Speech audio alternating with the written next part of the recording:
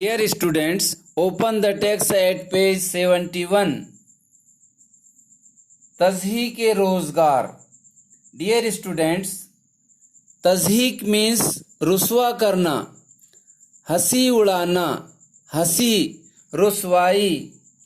रोज़गार ज़माना, नौकरी, पेशा, कमाई, किस्मत, ज़माना. तज़हीक रोज़गार ज़माने का मजाक, किस्मत का मजाक, वक्त का मजाक.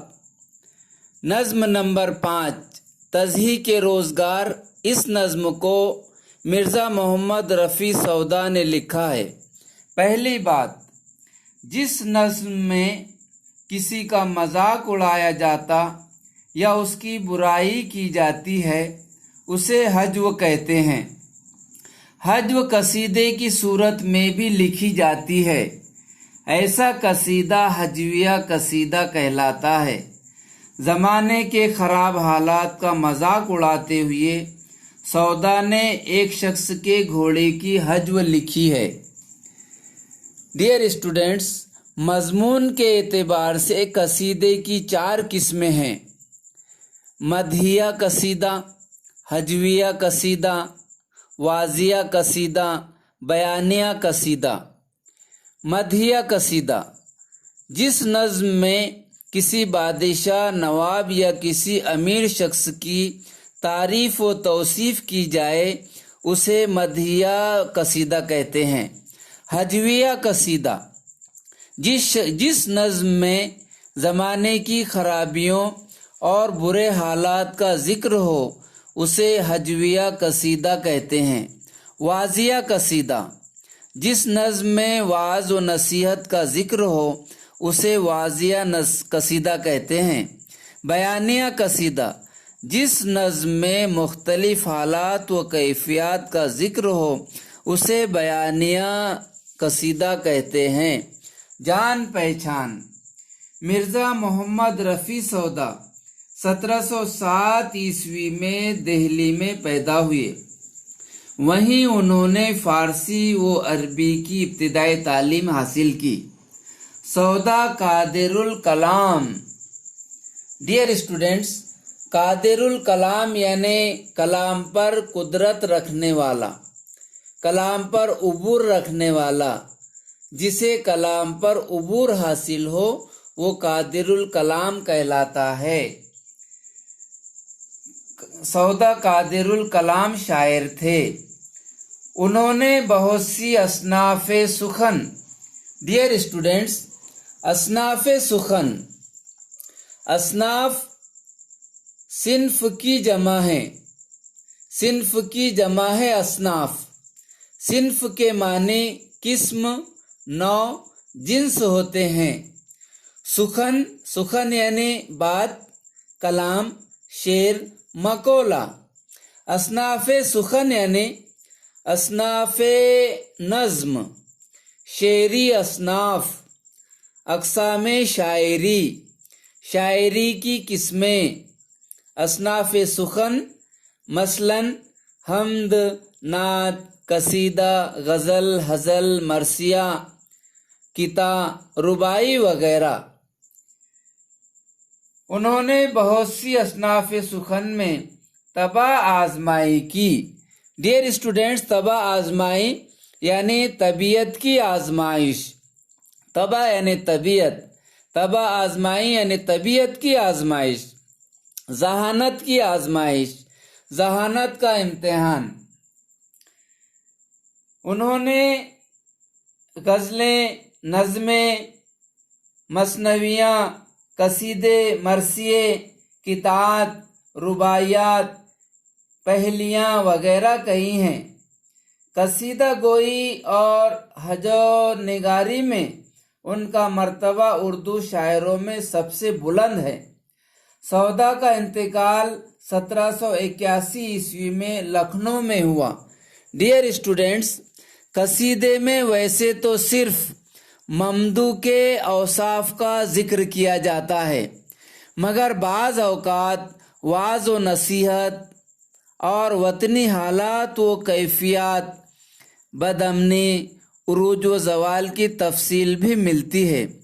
उर्दू शायरी में सौदा, ईशा, ज़ौक़ और गालिब के कसीदों को ख़ास अहमियत हासिल है। डियर स्टूडेंट्स, इस कसीदे में मिर्ज़ा मोहम्मद रफ़ी सौदा ने मुग़लिया सल्तनत के ज़वाल का नक्शा खींचा है। आखिरी मुग़ल बादशाह बहादुर शाह ज़फ़र को घोड़े से तशबीह दी है। मुग़लिया ख़ानदान के आखिरी बादशाह बहादुर शाह ज़फ़र का ज़माना ऐसा ज़माना था जब सल्तनत अपने ज़वाल पर थी। बादशाह इतना बेअसर हो गया था कि उसका हुक्म मानने के लिए कोई भी तैयार नहीं था। फौज तक बादशाह का हुक्म मानने तैयार नहीं थी। ये वो दौर था जब अंग्रेज़ धीरे धीरे हिंदुस्तान पर काबिज होते जा रहे थे। बादशाह की नाअहली की वजह से हिंदुस्तान गुलामी की जंजीरों में जकड़ गया। बस इसी बात को कसीदे में बयान किया गया। इस कसीदे में घोड़े की हालत, घोड़े की कैफियत को बयान किया जा रहा है। इस घोड़े को दरअसल बादशाह से तशबीह दी गई है चरख जब से अब लगे अय्याम पर सवार। डियर स्टूडेंट्स, चरख यानी आसमान, गर्दिश, चक्कर, गर्दिश करने वाली चीज, आसमान। अबलक, अबलक मीन्स चित्रा घोड़ा, दो रंग का सिया सफेद रंग का घोड़ा, दो रंगा घोड़ा, दो रंगी घोड़ा। अय्याम, यौम की जमा है अय्याम, यौम यानी दिन, यौम की जमा है अय्याम। अब लके अय्याम यानी ज़माने का घोड़ा, मुराद ज़माना, ज़माने का चित्रा घोड़ा। दस्त, दस्त यानी हाथ, पंजा, काबू, ताकत, गलबा। इना, इना यानी लगाम, बागडोर, रास। करार, करार यानी आराम, सुकून। इकरार, अहद, अहदो पैमान, मुआहिदा। बायक करार, बायक करार। डियर स्टूडेंट्स, बायक करार यानी एक लम्हे के लिए करार, इत्मीनान, सुकून, चैन। तवीले है चरख जब से अब लगे अय्याम पर सवार, रखता नहीं है दस्ते इना बैक करार। तवीले, तवीले मीन्स घोड़ों का थान यानी अस्तबल, जहाँ घोड़ों को बांधा जाता है, अस्तबल। तवीले यानी अस्तबल। कफ्श, डियर स्टूडेंट्स, कफ्श, कफ्श यानी जूती, पापोश, नालैन। हैंगे, हैंगे यानी हैं, होते हैं। नहार, डियर स्टूडेंट्स, नहार यानी सुबह के वक्त, दिन के वक्त, दिन, रोज, सुबह से कुछ न खाए हुए, नहार। नए, डियर स्टूडेंट्स, नए यानी ना, नहीं। काह, डियर स्टूडेंट्स, काह यानी कटी हुई सूखी घास। सईस, डियर स्टूडेंट्स, सईस यानी साइस, घोड़ा, घोड़े को संभालने वाला, घोड़े की देखभाल करने वाला। अस्प यानी घोड़ा। Dear students, listen carefully and try to understand. अस्प यानी घोड़ा, अस्प यानी घोड़ा। तिफले, तिफले शीर, अस्प, अस्प यानी घोड़ा। अस्पे गिली, डियर स्टूडेंट्स, अस्पे गिली यानी मिट्टी का घोड़ा, खिलौना। अस्पे गिली यानी खिलौना, मिट्टी का घोड़ा बनाकर जो बच्चे खेलते हैं उसे कहते हैं अस्पे गिली, खिलौना। तिफले शीर ख्वार, तिफले शीर ख्वार, तिफले यानी बच्चा, तिफले शीर ख्वार, दूध पीता बच्चा। नक्शे नाल, नक्शे नाल, डियर स्टूडेंट्स, नक्शे नाल मीन्स नक्शे नाल, नाल का निशान, नाल का निशान। नाल कहते हैं घोड़े या बैल के पैर में लगाने वाला आहनी हल्का। Dear students, listen carefully and try to understand. बजुज यानी सिवाय, बजुज यानी सिवाय। थान, थान यानी अस्तबल। तवीला, जहाँ घोड़ों को बांधा जाता है, तवीला अस्तबल, उसको बोलते हैं थान। उस्तवार, उस्तवार यानी मजबूत, पायदार, मुस्तहकम है। चरख जब से अबलके अय्याम पर सवार, रखता नहीं है दस्ते इना का बैक करार। डियर स्टूडेंट्स, उर्दू शायरी के मुताबिक दुनिया में जो भी तब्दीलियां रौनुमा होती हैं वो सब चरख यानी आसमान की वजह से होती हैं। आफत दो किस्म की कहलाती है, आसमानी, सुल्तानी। आसमान जोर और सितम की अलामत है। सौदा कहते हैं कि जब से आसमान काले सफेद रंग के यानी चित्रे घोड़े पर सवार है, उसके हाथ में लगाम तो है मगर उसके हाथ पर उसका कंट्रोल नहीं है, उसका हाथ बेकरार है, उसके हाथ को एक लम्हे के लिए भी चैन नहीं है। यानी ज़माने और उसकी तेज रफ्तारी के आगे आसमान ने हथियार डाल दिए हैं। जिनके तवीले बीच कोई दिन की बात है, हरगिज इराकी वो अरबी का न था शुमार। जमाने में ऐसा तगय्युर आया, सौदा फरमाते हैं कि जमाने में ऐसा तगय्युर आया, जमाने में ऐसी तब्दीली आ गई कि जिन उमरा के पास, जिन रईसों के पास इराकी व अरबी नस्ल के घोड़े हुआ करते थे, अब उनका ये हाल है। अब देखता हूं मैं कि जमाने के हाथ से मोची से कब से पाको घटाते हैं वो उधार। अब मैं ये देखता हूँ कि जो रईस ज़ादे थे, अमीर ज़ादे थे, वो मोची के पास अपनी जूतियाँ गठाते हैं, सिलवाते हैं, उनकी मरम्मत करवाते हैं, लेकिन उधार। मोची को भी पैसे देने के लिए उनके पास पैसे नहीं हैं। अब उनका ये हाल है जिनके पास अरबी और इराकी नस्ल के घोड़े हुआ करते थे। अब उनका ये हाल है कि उनके पास अपनी जूतियां मरम्मत करने के लिए भी पैसे नहीं हैं, मोची से उधार मरम्मत करवाते हैं। हैंगे चुनांच एक हमारे भी मेहरबां। सौदा कहते हैं कि हमारे एक मेहरबान दोस्त भी हैं, पावे सजा जो उनका कोई नाम ले नहार। अगर उनका नाम सुबह के वक्त किसी ने ले लिया तो उसे दिन भर सजा मिल सकती है, यानी उसका पूरा दिन खराब गुजरेगा।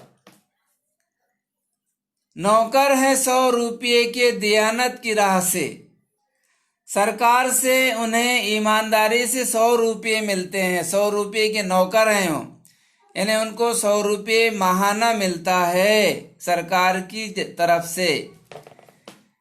घोड़ा रखे हैं 100, इतना खराब वो खौर।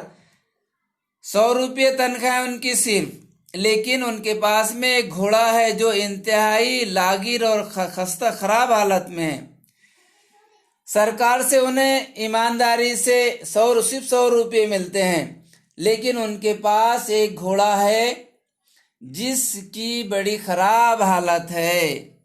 न दाना वो न काह, न उनके पास में उसे खिलाने के लिए दाना है और न घास है, न तीमार न सईस, न उसके इलाज के लिए उनके पास पैसा है और न उसे संभालने के लिए, उसके देखभाल करने के लिए कोई शख्स रखने के लिए उनके पास पैसे है। रखता हो जैसे अस्पे गिली तिफले शीर ख्वार। उनके पास घोड़ा इस तरह है जिस तरह एक मासूम बच्चा खिलौने के तौर पे मिट्टी के घोड़े को रखता है। घोड़े को खिलाने के लिए न उनके पास दाना है न घास। वो घोड़े को यूं रखते हैं जैसे एक मासूम बच्चा मिट्टी के घोड़े को खिलौने के तौर पर रखता है। ना ताकती का उसकी कहाँ तक करूं बयां। खुराक न मिलने की वजह से ना ताकती का उसकी कहाँ तक करूं बयां। फाकों का उसके अब मैं कहाँ तक करूं शुमार।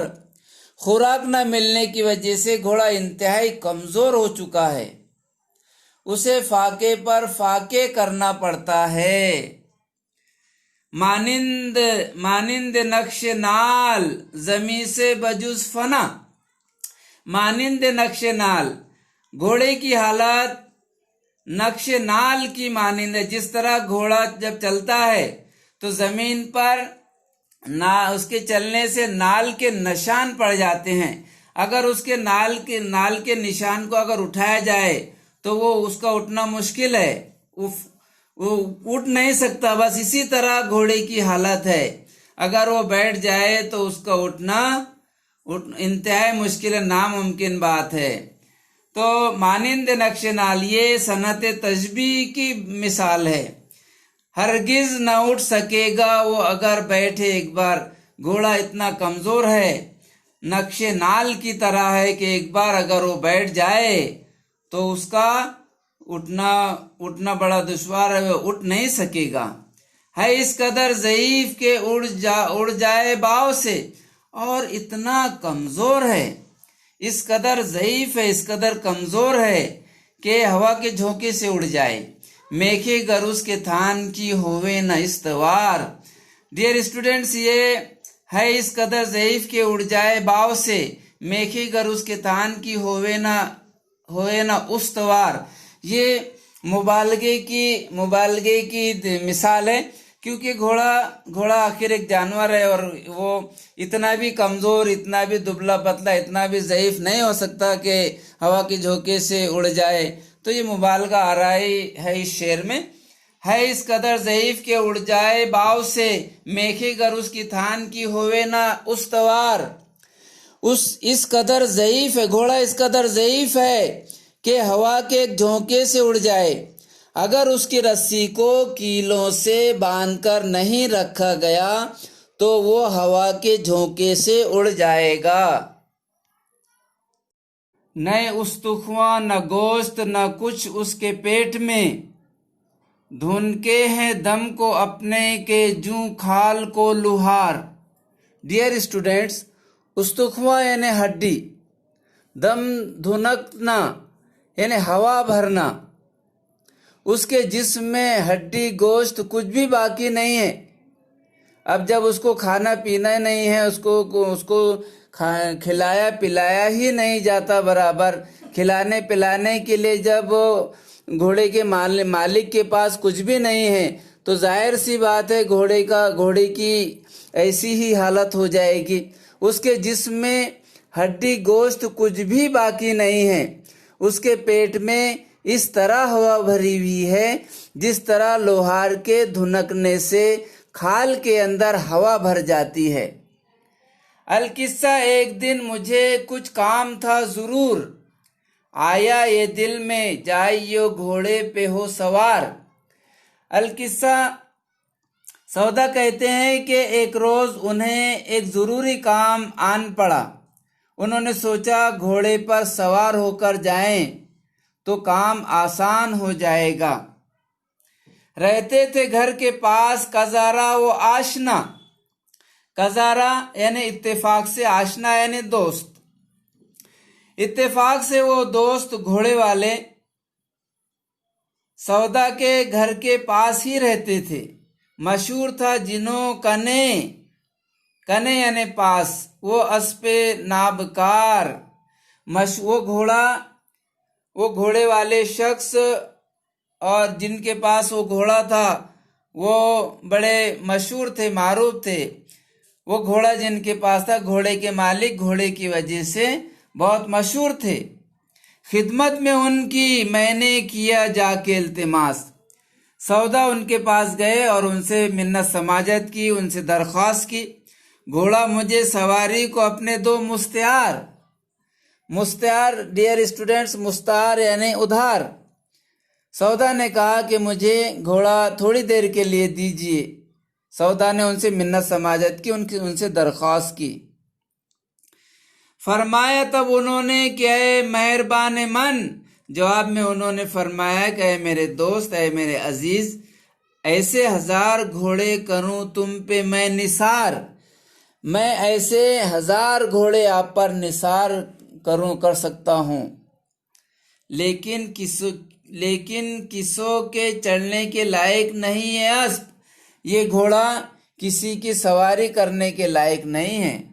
किसो यानी किसी, ये घोड़ा किसो यानी किसी, ये घोड़ा किसी की सवारी करने के लायक नहीं है। ये वाकई उसको न जानोगे इनकिसार। डियर स्टूडेंट्स,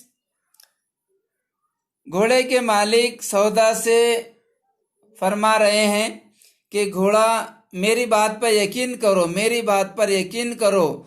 ये घोड़ा इतना ज़ईफ है, इतना कमज़ोर है कि इस पर कोई भी सवारी नहीं कर सकता, इस पर सवारी नहीं की जा सकती। ये घोड़ा सवारी करने के लायक नहीं है।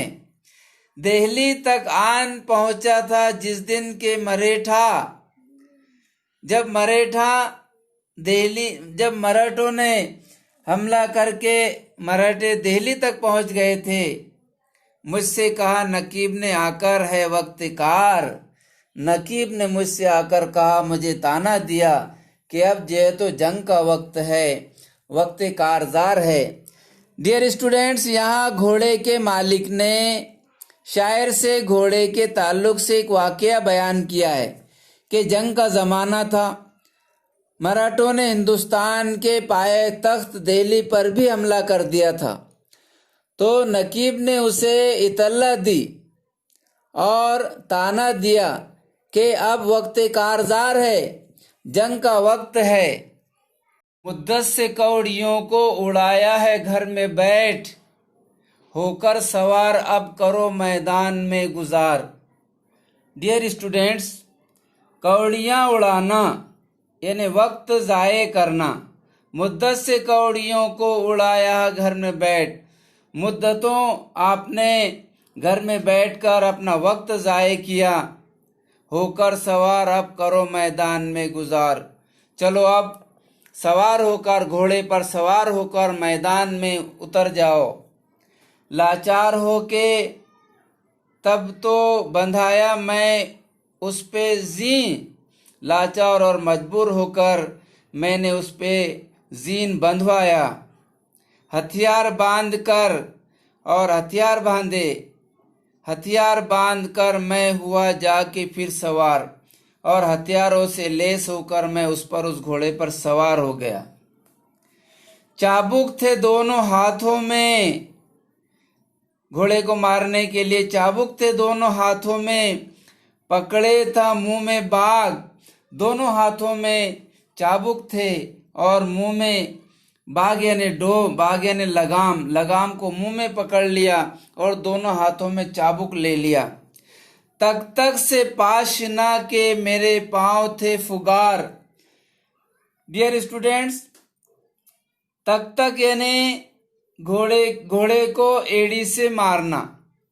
घोड़ा सवार घोड़े की स्पीड बढ़ाने के लिए घोड़े को अपने पैरों की एड़ियों से मारता है, इशारा करता है, जिसकी वजह से घोड़ा अपनी रफ्तार बढ़ा देता है, तेज चलने लगता है, और तेज चलता है तो फिर दौड़ने लग जाता है। और पाशना यानी एड़ी, पाशना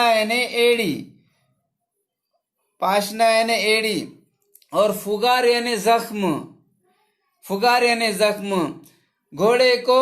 घोड़े की स्पीड बढ़ाने के लिए मैंने एड़ियों से उसको बार बार मारा, बार बार इशारा किया, जिसकी वजह से मेरी एड़ियों में जख्में पड़ गई, मेरी एड़ियां जख्मी हो गई। आगे से तोबड़ा उसे दिखलाए था सईस।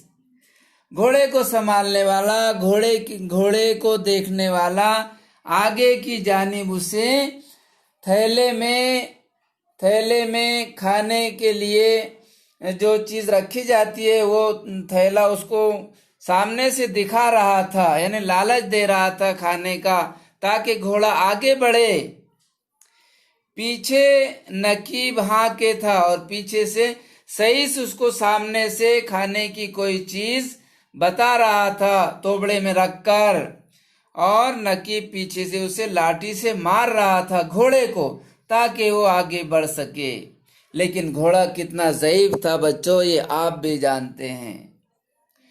इस मजे के को देख जमा हुए खासवाम, ऐसा मजे की खेज बात को देखकर खासवाम बहुत जल्दी जमा हो जाते हैं। उस घोड़े की इस हालत को देखकर ना आगे बढ़ता था न पीछे बढ़ता था, आगे जरा सा भी हलने के लिए तैयार नहीं है। हालांकि सईस उसको खाने की लालच दे रहा है और नकीब उस पर डंडे बरसा रहा है, लेकिन वो टस से मस नहीं होता। इस मज़ाके को देखकर सभी लोग खासवाम वहां पर जमा हो गए। अक्सर मुदब्बिर उनमें से कहते थे यूं पुकार। ऐसे मौके पे तो बच्चों आप भी जानते हैं, लोग मुख्तलिफ किस्म के मशवरे देने के लिए तैयार हो जाते हैं। मुदब्बिर यानी तदबीर करने वाला और आकिल मुशीर मशवरा देने वाले को मुदब्बिर कहते हैं। अब देखिए मुदब्बिर मुशीर क्या मशवरा देते हैं बच्चों। पहिए इसे लगाओ के ता होवे ये रवा, इस घोड़े को पहिए लगा लो ताकि वो आगे बढ़ सके। या बाद बांध या उसे बाद लगाओ। कश्ती को जिस तरीके से बच्चों बाद लगाते हैं तो कश्ती समंदर में आगे बढ़ती है हवा के जरिए। पवन के दो इख्तियार, किसी ने मशवरा दिया कि उसे कश्ती की तरह बांधो और उसे हवा के हवाले कर दो, यानी जिधर हवा ले जाएंगी वो चले जाएगा। Dear students, listen carefully and try to understand. घोड़ा था बस के लागिर वो पस्त वो ज़ईफ खुश्क। घोड़ा किस तरह लागिर था, ज़ईफ था और सूखा हुआ था, ये हम सब जानते हैं। करता था यूं खफीफ मुझे, खफीफ यानी शर्मिंदा। करता था यूं खफीफ मुझे वक्त कारजार, जंग के वक्त मुझे इस तरह वो शर्मिंदा करता था। जाता था जब डपट के मैं उसको हरीफ पर, जब मैं दुश्मन पर उसको लेकर जाता था तो मुझे उसे खींचना पड़ता था, वो खुद नहीं जाता था। जाता था जब